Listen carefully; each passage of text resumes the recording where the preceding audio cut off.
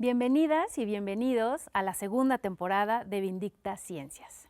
En el programa de hoy hablaremos de la trayectoria de la arqueóloga mexicana Linda Manzanilla Naim, quien es investigadora en el Instituto de Investigaciones Antropológicas de la UNAM, y destacaremos su trabajo espectacular en la zona arqueológica de Teotihuacán. Comenzamos. Teotihuacán, escenario magnífico e imponente, colorida metrópolis distribuidora de obsidiana verde, capital de un estado singular, ciudad sagrada y centro de peregrinación, asentamiento ordenado de producción de manufacturas variadas y excelsas. Teotihuacán tuvo muchas caras, pero una destaca. Fue una anomalía por su forma de organización corporativa y por el fuerte acento en la multietnicidad, que contrasta considerablemente con otras organizaciones urbanas contemporáneas.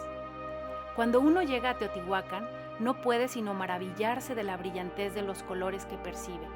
Grandes templos pintados de rojo, murales con representaciones de animales fantásticos, sacerdotes en procesión y otras escenas decoradas en rojo, amarillo, verde, azul, rosa y negro. También maravilla la traza tan regular de esta ciudad. La gran avenida culmina en la majestuosa Plaza de la Luna. Puede observarse desde lejos la pirámide de la Luna, protegida por el Cerro Gordo, un gran estratovolcán que es el marco escénico de la pirámide.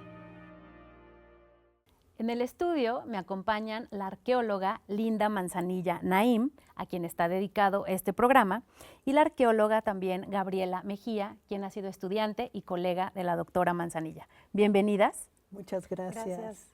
Pues vamos a empezar esta conversación para conocer un poco más de tu trayectoria académica, Linda. Tú eres hija de padre yucateco y de madre egipcia. A primera impresión pareciera que traes en la sangre este gusto por el pasado, por tus orígenes. ¿Cuándo y cómo se despierta en ti el gusto por la arqueología?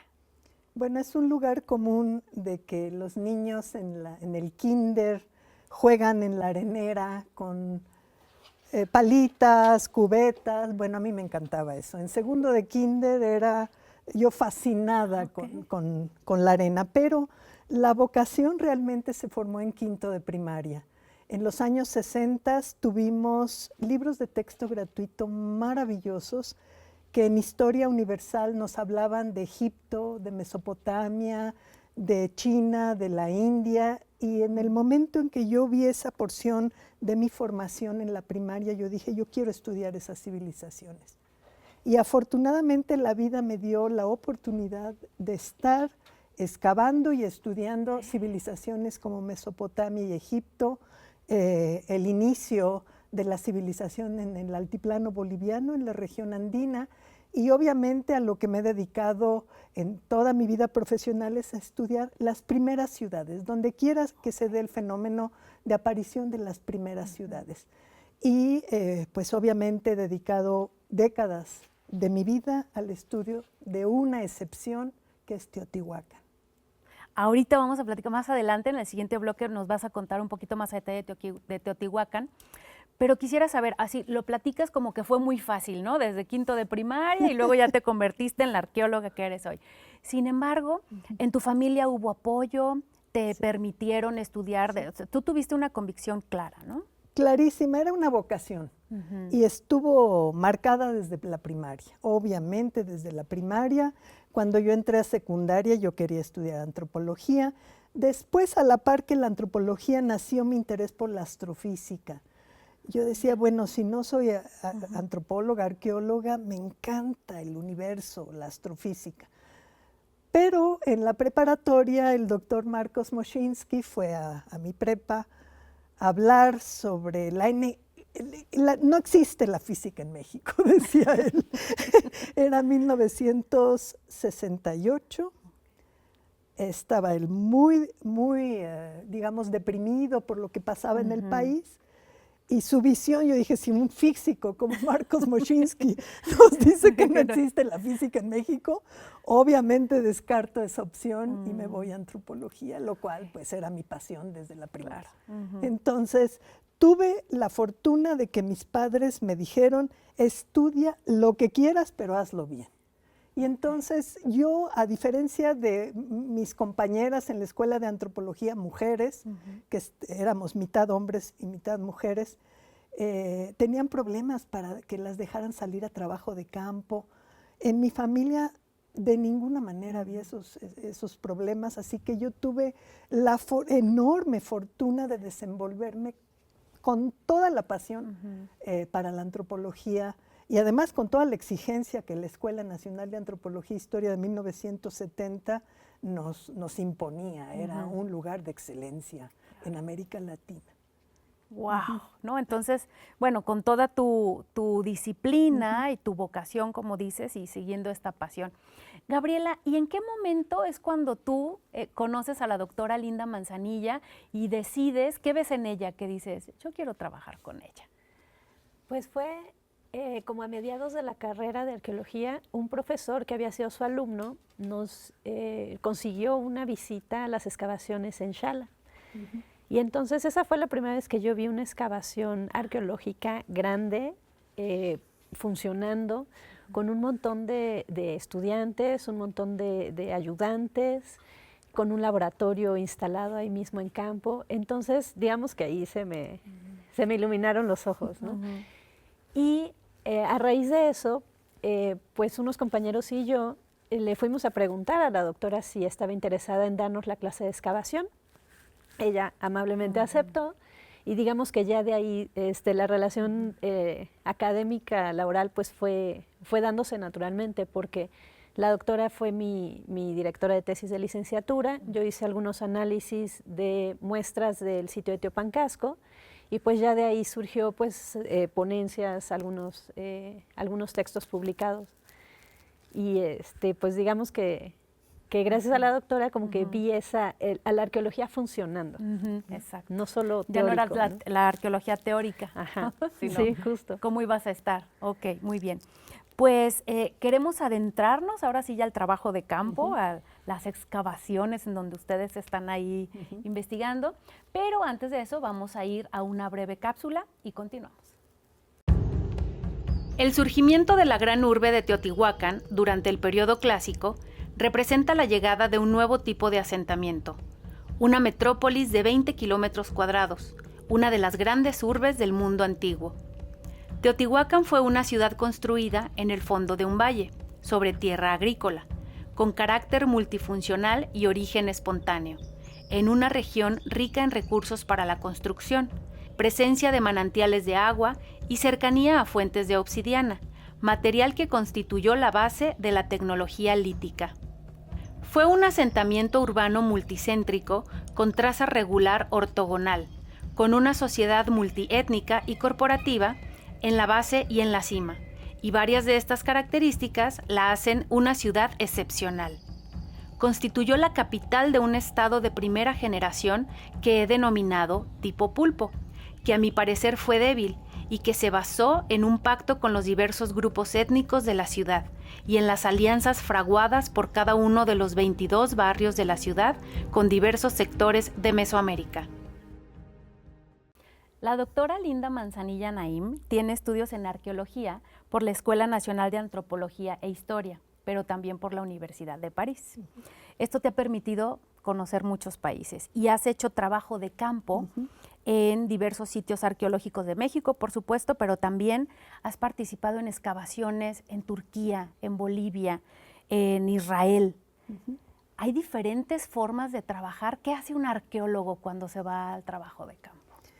Bueno, señalaba yo que he tenido enorme fortuna en mi formación como arqueóloga, no solo en una escuela de antropología de excelencia de los años 70, principios de los 70, era la escuela en América Latina, pero muy pronto, en 1972, ingresé al Departamento de Prehistoria del INAH como ayudante de investigación. Y con el profesor José Luis Lorenzo, él me formó en la integración interdisciplinaria. Y gracias al profesor Lorenzo pude entablar comunicación con la Universidad de Roma.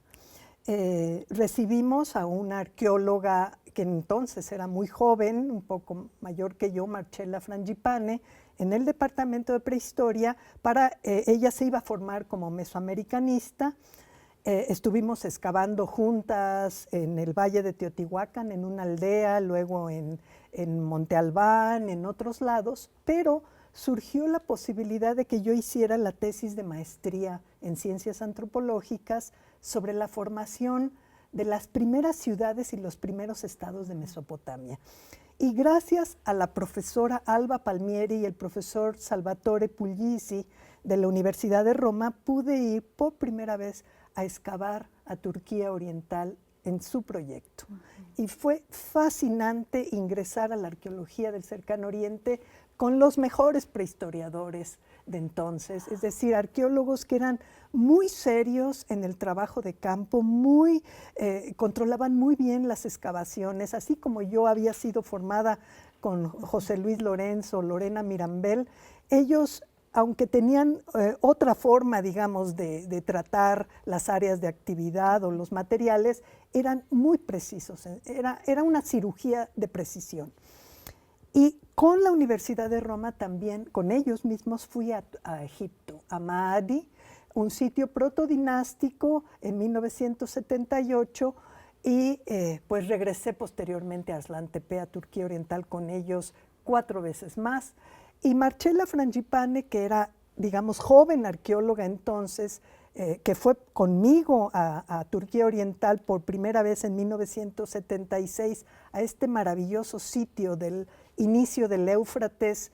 Ella ahora es la titular tanto de la Cátedra del Cercano Oriente en la Universidad de Roma como del sitio de Aslan Tepe en Turquía Oriental. Ella continuó colaborando con ellos y tuve la fortuna de estar en un medio de interdisciplina y de formación de respeto a los contextos, como Gordon Child, formador del profesor Lorenzo y del profesor Puglisi, había instalado, digamos, en la primera mitad del siglo XX, una arqueología social, una arqueología antropológica, pero una precisión con los contextos. Entonces, la verdad es que fue fascinante trabajar con la Universidad de Roma. Sobre Bolivia es otro asunto. Yo fui invitada por un gran arqueólogo boliviano que ya falleció, Carlos Ponce Sanginés, pero no pude trabajar con él. Él me dejó en un proyecto de la Universidad de Chicago. Yo hice mi trabajo como siempre lo hago, con la precisión del estudio de áreas de actividad, etcétera, pero no era, digamos, un grupo con el que yo tuviera afinidad particular. Okay. Hice mi trabajo y fascinante trabajar con los trabajadores aymaras del altiplano boliviano, fascinante. Y en Israel fui invitada por una discípula mía. Ella es la titular del proyecto de Magdala en el Mar de Galilea, y ella quería que yo estuviera presente en el inicio del proyecto y a unos años de avance del proyecto, para ver que mi metodología se aplicara en un país como Israel. Y Marcela Zapata es la titular y yo estaba como invitada. Entonces, lo que vi ahí es una tradición replicada en el extranjero por una arqueóloga mexicana como Marcela Zapata. ¡Oh, wow! Cuántas formas diversas, pero al mismo tiempo que enriquecen el trabajo. Claro. Vamos a entrar de lleno ya con Teotihuacán, que es uno de los sitios especiales para Linda Manzanilla. Vamos a un breve corte y regresamos.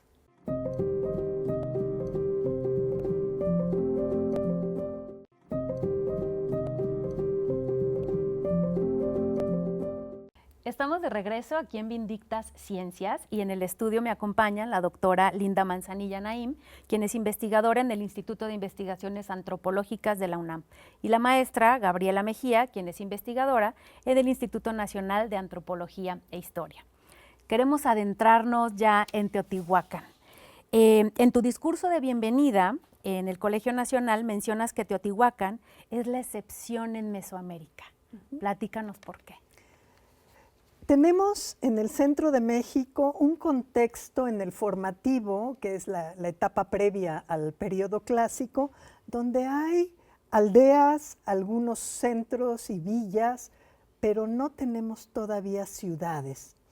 Y gracias a la erupción del Popocatépetl en 80 después de Cristo, vemos la afluencia de gente de Puebla a Tlaxcala huyendo de la erupción del volcán, que llega a un valle ya ocupado por aldeas muy simples, de gente que aprovechaba recursos de muchos lados. Yo excavé con Alan, con Marcella Frangipane, se veían chozas de gente muy sencilla, y llega gente, digamos, con mayor complejidad de vida, huyendo de una erupción, de una catástrofe del formativo. Y a un valle que tenía muchos recursos, tenía manantiales, obsidiana, piedra volcánica, y se empieza a construir una gigantesca ciudad. Para tiempos preindustriales, 20 kilómetros cuadrados de espacio construido es enorme, es una ciudad gigantesca. Y además con traza ortogonal, quiere decir todas las calles y construcciones están a ángulos rectos. Eso es una excepción. En las áreas que yo he estudiado del mundo antiguo, la traza ortogonal, las ciudades con traza ortogonal son excepciones. Y el tamaño de Teotihuacán es enorme. Se crea una ciudad multiétnica además. Es decir, gente de distintas procedencias viene a vivir a esta ciudad porque los barrios les dan trabajo, necesita mano de obra para artesanías, para construcción, para movimiento de bienes.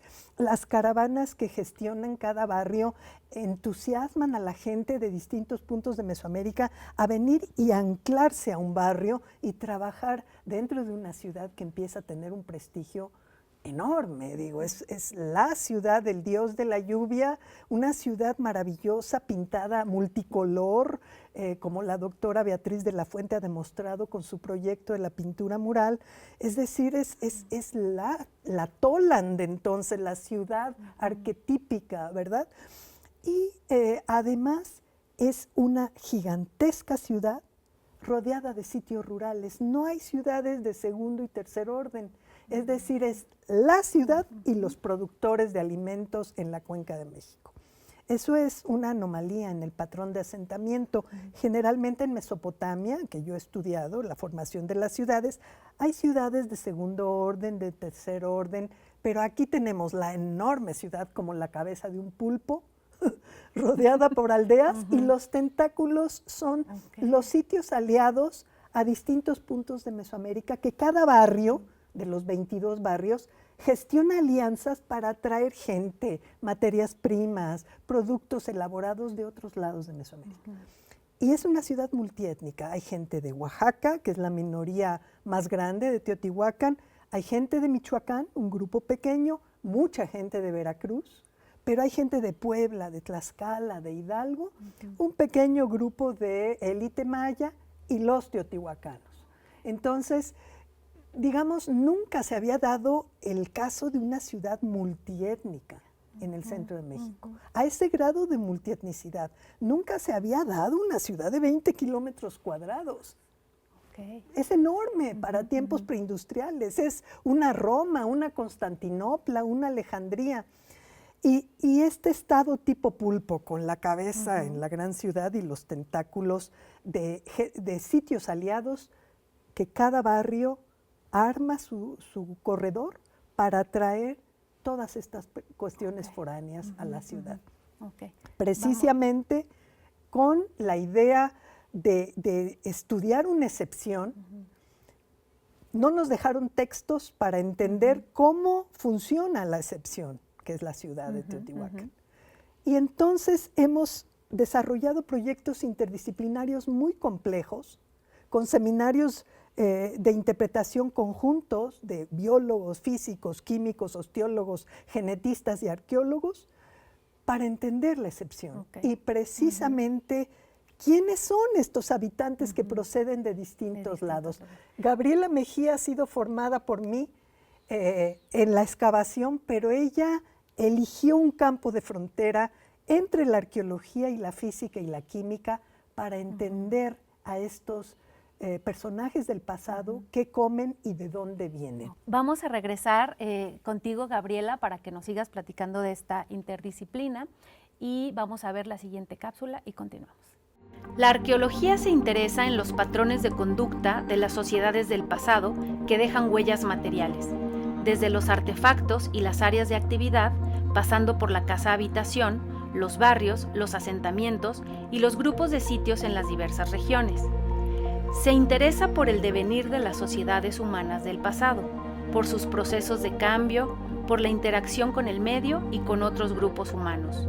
En su trabajo, el arqueólogo hace observaciones geográficas regionales para comprender qué recursos estaban a disposición de las sociedades del pasado. Para detectar los sitios arqueológicos, emplea técnicas geofísicas y geoquímicas. Para fechar sus sitios, incursiona en campos de la física y la química. Para entender qué vegetación y fauna fueron aprovechadas por los grupos del pasado, analiza muestras biológicas. Para abordar problemas de parentesco y migración, incursiona en la genética sobre restos óseos.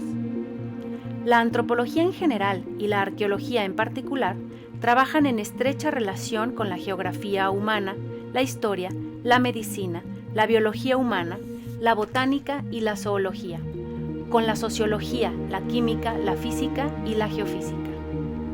El Instituto de Investigaciones Antropológicas de la UNAM tiene laboratorios que son escenarios de trabajo interdisciplinario.